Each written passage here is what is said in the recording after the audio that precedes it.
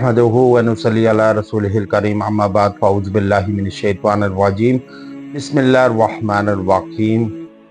इंसान पर जो भी मुसीबतें, परेशानियां, तकलीफ़ें आती हैं वो इंसान ही के हाथ से हैं कि इंसान जो अमाल करता है वही उस पर लौटाए जाते हैं। जो बीज बोता है वही फसल काटता है।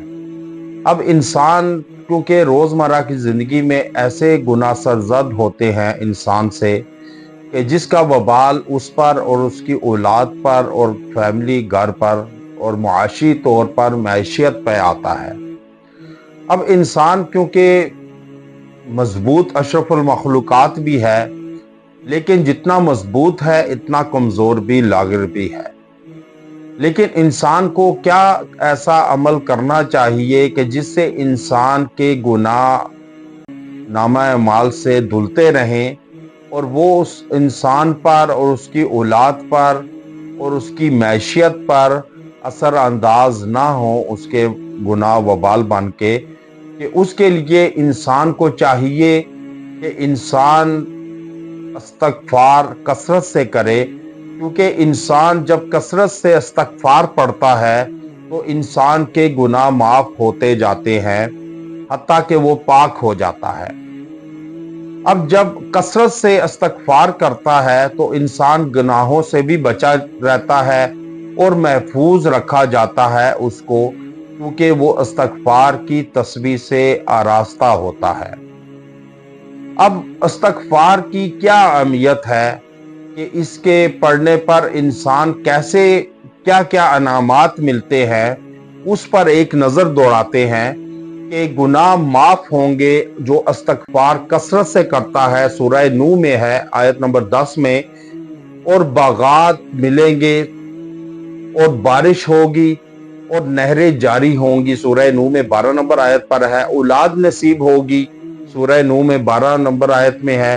खुशहाली वाली जिंदगी नसीब होगी, माल मिलेगा और ताकत और कुव्वत मिलेगी।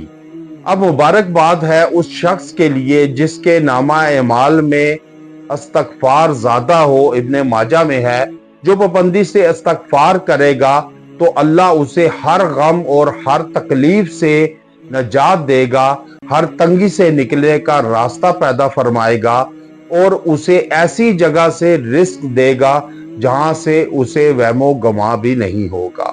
लेकिन इंसान क्योंकि ऐसा जिंदगी में, दुनिया में खो गया है कि इंसान को अपनी आखिरत की फिक्र नहीं रही और वो दुनिया का ही होकर रह गया है।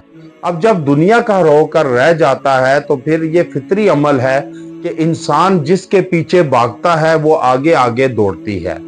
और जब इंसान इसकी मुखालिफ सिमत पे चलता है, दौड़ता है जिसके, तो वो इंसान के पीछे भागती है। अब जैसे मौत से भागता है तो मौत इंसान के पीछे भागती है। अब इंसान मालो दौलत के पीछे भागता है, वो आगे आगे भागती है। इस तरह इंसान को चाहिए कि अल्लाह से लो लगाए, जिक्र अज़कार करे, कसरत से इस्तग़फ़ार करे। हुज़ूर अकरम सल्लल्लाहु अलैहि वसल्लम की हदीस मुबारका है कि वो दिन में 70 मरतबा इस्तग़फ़ार करते थे। अब 70 का लफ्ज़ जो है वो अरबी में लामहदूद है कि बेशुमार इस्तग़फ़ार किया करते थे। हालांकि दुनिया और आखिरत उन्हीं के लिए बनी, और लेकिन वो गुनाहों से पाक थे, लेकिन फिर भी कसरत से इस्तग़फ़ार करते थे, इसलिए कि आने वाली उम्मत को रास्ता मिल जाए इस्तग़फ़ार पढ़ने का, कि कोई भी इंसान कैसा ही क्यों ना हो वो उसको इस्तग़फ़ार की तस्बीह से लैस होना चाहिए, ताकि उसके नामा-ए-माल से गुनाह धुलते रहे और इंसानों पर वबाल नहीं आए और वो तरक्की की तरफ गामज़न हो सके। व आखिरु दअवाना अनिल हम्दुलिल्लाहि रब्बिल आलमीन।